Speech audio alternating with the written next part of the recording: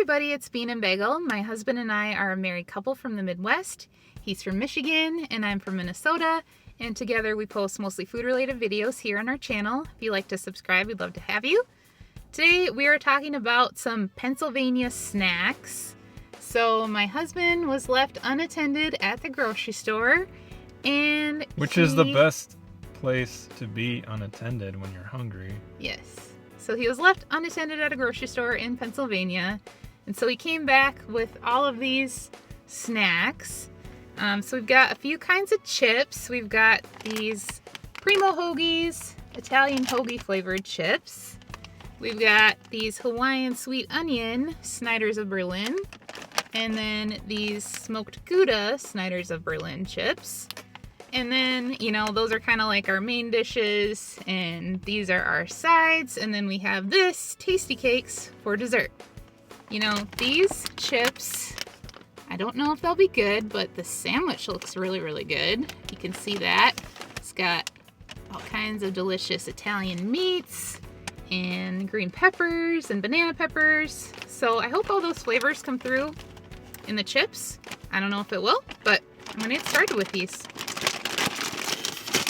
So PrimoHoagies is a restaurant that started in Philadelphia on Rittner Street. If you're unfamiliar with what a hoagie is, like I was, a hoagie is basically a cold cut sandwich, otherwise known to many other people as a sub. So I learned something that my wife taught me. She's teaching me stuff all the time as a Dumbo hobo. But I learned it from the chip bag. Okay, she learned it too. If you are from Pennsylvania and you're watching this and you're like, or anywhere really, and you've never been to Michigan, and me being from Michigan, one place, if you're talking about subs specifically, you will want to try is Big John's Steak and Onion. If you like Philly cheesesteaks or even just cold cut type stuff, they have that too, but they're well known for their Philly cheese.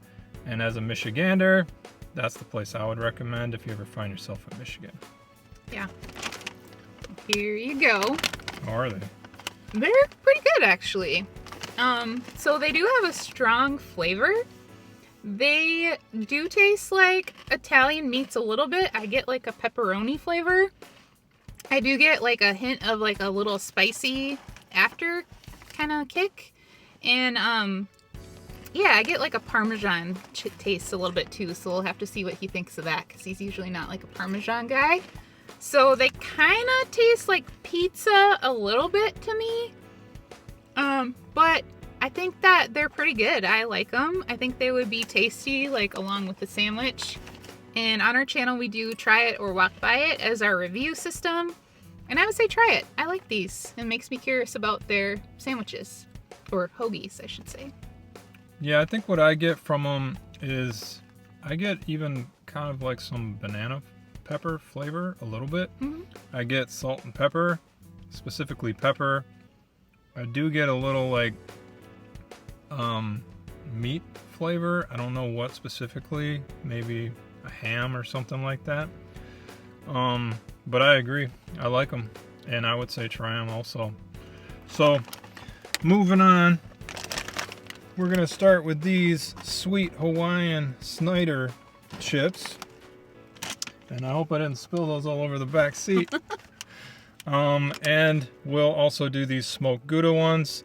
Snyder is from Berlin, Pennsylvania, if you're unfamiliar, and that is southeast of Pittsburgh, so not Germany. But we'll get started on these two, and we'll be right back.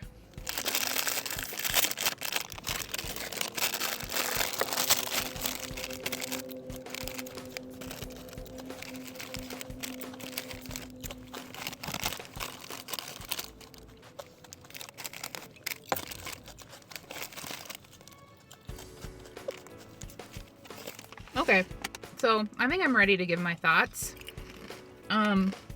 I enjoy these Hawaiian sweet onion ones. I have been to Maui where the Maui sweet onion flavor is huge. And those are really, really good if you've never been. Of course, Maui is a beautiful place to visit, but those Maui sweet onion chips are very delicious. I would say these aren't quite as good, but they do come close. They have that typical sweet onion flavor that is just really good, and I think it's perfect on like a kettle style chip. In the kettle style, it's really crunchy and crispy, but it's not too hard like some kettle chips can be. And by the way, if we're talking about, you know, regional or state chips, in Minnesota here we have Old Dutch chips, and they make some really good kettle chips. But, so I'd say definitely try it for the Hawaiian sweet onion flavor. These smoked Gouda ones, I'm not as thrilled with these. They're okay. I wouldn't say that they're bad, but for me, I don't really get like smoked cheese out of it at all, smoked Gouda. They do have a cheesy flavor for sure, but I wouldn't be able to tell necessarily that they're smoked Gouda. So I would say for these, you could probably walk by them. I don't feel like you're missing much. So that's my take. What do you think? I think that well, number one, I haven't been to Hawaii, so I can't compare the Hawaiian sweet onion because Flint, Michigan is beautiful enough. Who needs to go to Hawaii? Anyway, they both taste like potato chips, which is a thumbs up there. The smoked Gouda one, I agree. I'm not in love with it. I do get a cheese flavor, but I get kind of an aftertaste that I don't really like. Something to do with the Gouda, I think. And maybe that's just me not being in love with Gouda. But I like smoked cheese. Something doesn't mesh there, though, with the potato to me. The Hawaiian sweet onion, I totally think that is a try it because of the reasons that she said. I agree. They're really good. But, again, talking about regional things. In Michigan, if you find yourself in Michigan, there is a chip company called the Great Lakes Potato Chip Company. If you're wondering about what is a potato chip I can try when I'm in Michigan that's only local to Michigan, that would be one you could try.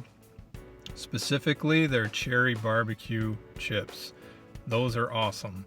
Last thing we'll do is our dessert, and these are the TastyKakes. They're peanut butter and chocolate, and they're right up our alley.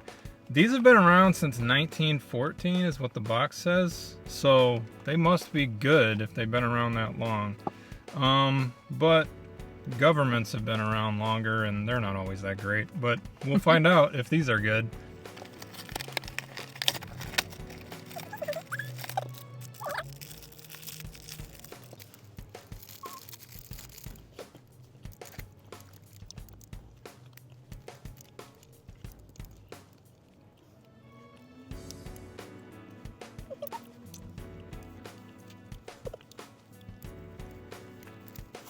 Well, that is almost like a cross between little Reese's and a cake to me. So I think it's really good. It's obviously peanut butter and chocolate, so it's gonna be good. The cake isn't too dry. It's not like extremely moist or anything, and it's almost like, I wouldn't say it's dense, but it's so little and like kind of squished together that it almost feels like it could be like a candy with like a little bit of like cake inside of it. So I think it's good though. I like it. I would probably eat it again, so I would say try it. What you think? The cake kind of reminds me of something that you'd get with Hostess. It's got that kind of like harder chocolate outer layer, but it's not like a shell, of course, because of the cake. The peanut butter, honestly, I'm picky about chocolate and peanut butter. I want more peanut butter than chocolate, but I want to be able to taste both.